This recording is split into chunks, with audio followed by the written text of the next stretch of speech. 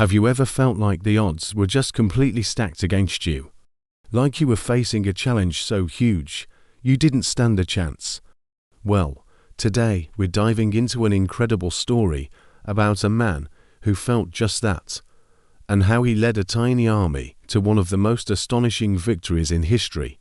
The story starts with the people of Israel in a desperate situation. 4 years, the Midianites, a fierce and powerful enemy, would sweep in at harvest time, destroying everything. They were like locusts, stealing crops and livestock, leaving the Israelites with nothing. The people were broken, hiding in caves, and crying out for a hero. And that's when God chose a man named Gideon. Now, Gideon was no hero. When we first meet him, he's threshing wheat in a winepress, hiding from the enemy. He was anxious, not brave. But an angel of the Lord appeared to him and called him a mighty warrior. Gideon was stunned. Me, a mighty warrior.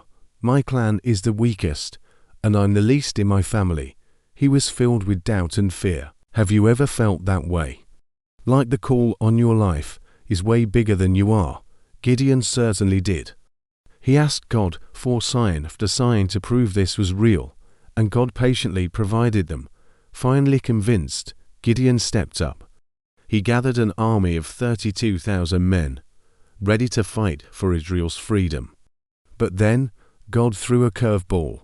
He told Gideon, "You have too many men." God's reasoning was simple but profound.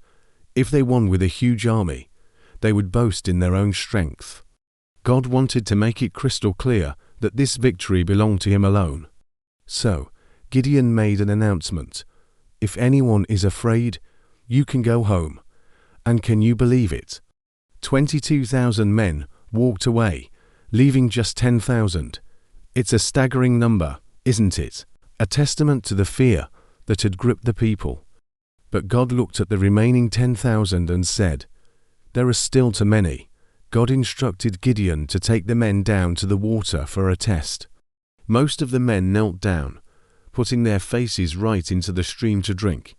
But a small group, just 300 of them, cupped the water in their hands and lapped it like a dog, staying alert and watchful. God's instruction was clear.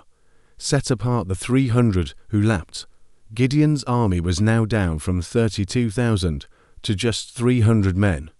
Imagine how Gideon felt, looking at this tiny band of brothers, about to face an enemy as thick as locusts, with camels as numerous as the sand on the seashore.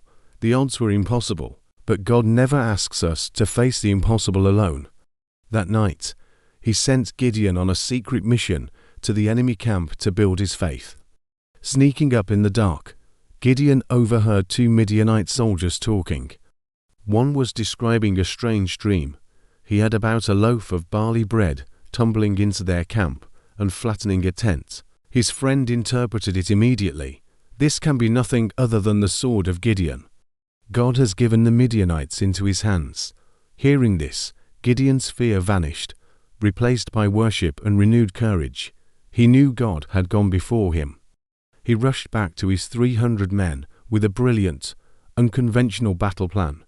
No swords, no shields. Instead, each man was given a trumpet, an empty clay jar, and a torch to hide inside it. Under the cover of darkness, the 300 men surrounded the massive Midianite camp in 3 groups. At Gideon's signal, they all did 3 things at once. They blew their trumpets, smashed the jars, and held up their blazing torches, shouting with all their might, "A sword for the Lord and for Gideon." The effect was terrifying. The Midianites woke up to a deafening blast of trumpets and saw lights blazing from every direction, thinking they were surrounded by a massive army. In the chaos and confusion, they panicked. They began fighting each other in the darkness and then fled for their lives. Gideon's 300 men won a complete victory without lifting a single sword. God had used a tiny, faithful group to defeat an overwhelming force. The story of Gideon isn't just an ancient war story. It's a powerful reminder for you and me today. It teaches us that God doesn't need our strength, our numbers, or our qualifications. He looks for our faith and obedience. When you feel small unqualified, or outnumbered by the challenges in your life. Remember Gideon. Remember that with God, the unlikely become mighty warriors, and the faithful few can change the world. Thanks so much for watching. If this story encouraged you, please hit that like button and subscribe for more content that inspires faith and courage. We'll see you in the next video.